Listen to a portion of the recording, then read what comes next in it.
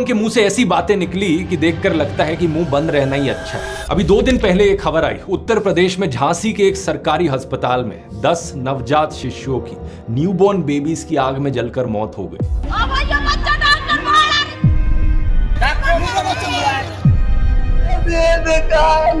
एक short circuit और झटके में चली गई 10 बच्चों की जान। चारों तरफ चीख पुकार, ऐसा भयावह मंजर, परिजनों का रो रो कर बुरा हाल और बेबस लाचार उन मां का दुख। उत्तर प्रदेश के मुख्यमंत्री आदित्यनाथ ने मृतक बच्चों के परिवारों के लिए हमदर्दी व्यक्त की, 5-5 लाख रुपए के मुआवजे की घोषणा की और जांच के लिए 4 सदस्यों की टीम बैठा दी। लेकिन दिक्कत यह है कि यही तो होता है हर बार, कोई भी ऐसी ट्रेजेडी हो, थोड़ी हमदर्दी व्यक्त कर दो, कॉम्पनसेशन दे दो और जांच के लिए टीम बैठा दो। जो रूट कॉज है उसकी कभी बात मत करो। इस दुखद घटना की वजह साफ है दोस्तों। इंडियन एक्सप्रेस की इस रिपोर्ट को देखिए। महारानी लक्ष्मीबाई मेडिकल कॉलेज के इस नियोनेटल इंटेंसिव केयर यूनिट में कैपेसिटी थी 18 बच्चों की और इसमें एडमिट किए गए थे 49 बच्चे।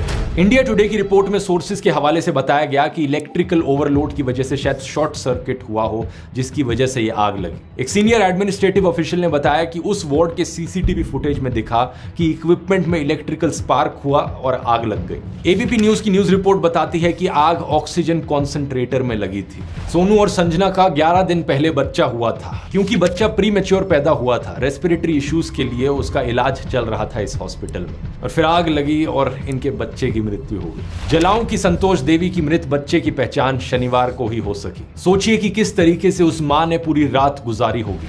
याकूब और नजमा की आंखों से आंसू सूख नहीं पा रहे। जुड़वा बेटियां हुई थी इनकी, दोनों आग में जलकर मारी गई। हालांकि अपनी बेटियों को नहीं बचा पाए, लेकिन याकूब ने खिड़की तोड़ी और जितने बच्चों को बचा सकते थे उन्होंने बचाया। टाइम्स ऑफ इंडिया में ये खबर छपी है, लेकिन मुझे लगता है इन्हें नहीं छापनी चाहिए थी, क्योंकि मुझे डर है जैसे बच्चों को बचाने वाले डॉक्टर कफील खान को जेल में डाल दिया गया था, कहीं याकूब के साथ भी वैसा ही ना किया जाए। असल में बात क्या है ना, हमारे देश में ऐसे कई नेता हैं जिनके दिलों में नफरत कूट कूट कर भरी है। हॉस्पिटल स्टाफ ने बच्चों को बचाने के बहुत एफर्ट्स किए। ऐसा करते हुए एक फीमेल स्टाफ मेंबर के कपड़ों में आग लग गई थी और उन्हें खुद को बचाने के लिए अपने कुछ कपड़े उतारने पड़े, लेकिन फिर भी वो रुकी नहीं। एक और इंसान कृपाल सिंह जो उस वक्त वहां मौजूद थे, उन्होंने ये बताया कि उन्होंने एक नर्स को बाहर तेजी से भागते हुए देखा जिनके पैरों में आग लगी हुई थी। मेडिकल कॉलेज के प्रिंसिपल डॉक्टर एनएस सिंगार ने कहा कि अस्पताल के फायर एक्सटिंग्विशर्स ऑपरेशनल थे, उनका इस्तेमाल किया गया। स्टाफ मेंबर्स भी फायर रिस्पांस प्रोटोकॉल के लिए ट्रेंड थे। यही कारण है कि करीब 39 बच्चों को बचाया जा सका। लेकिन अब इस ट्रेजेडी के लिए इस हॉस्पिटल स्टाफ में से ही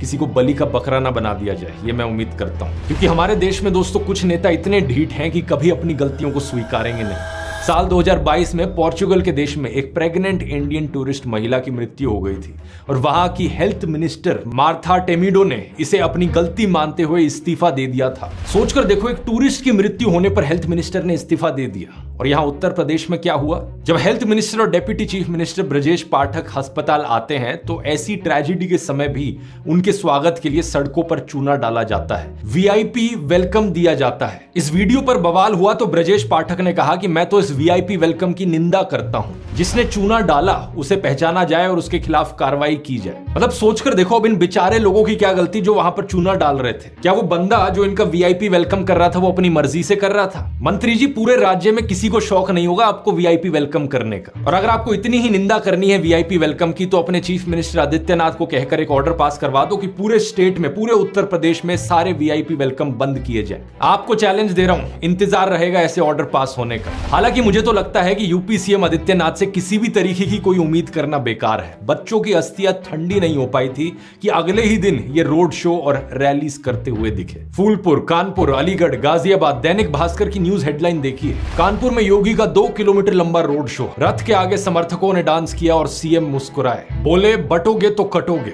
फटे हुए टेप रिकॉर्डर की तरह इन्हें एक ही डायलॉग बार बार दोहराना आता है, सिर्फ बांटने और काटने की बातें बार बार करते रहते हैं। शायद इसी काम में ये एक्सपर्ट हैं, तभी ये डायलॉग इनके मुंह से हटता नहीं है। इनमें इतनी संवेदनशीलता भी नहीं थी कि पिछली रात को इनके राज्य में 10 नवजात शिशु इनके सरकारी अस्पताल में जलकर मारे गए। लेकिन इन्हें क्या, 10 बच्चे ही तो मरे हैं। लोग तो मरते रहते हैं, कभी पुल के गिरने से, कभी रेलवे हादसे में, कभी अस्पताल में, कभी उत्तर प्रदेश में तो कभी महाराष्ट्र में। इन सब के चलते चुनाव प्रचार नहीं रुकना चाहिए। मैं जनता को कहना चाहता हूं कि अगर आप इस तरीके की पॉलिटिक्स को स्वीकार करते रहोगे तो ये लोग भी आपको कीड़े मकोड़ों की तरह समझते रहेंगे। शुक्रवार के ही दिन मणिपुर में 6 लोगों लोगों की लाशें बरामद हुई। दूसरे देशों में वॉर रुकवाने वाले प्रधानमंत्री मोदी अपने देश में मणिपुर में हिंसा अभी भी नहीं रुकवा पा रहे हैं। वॉर रुकवा दी पापा। इस देश का प्रधानमंत्री होने के नाते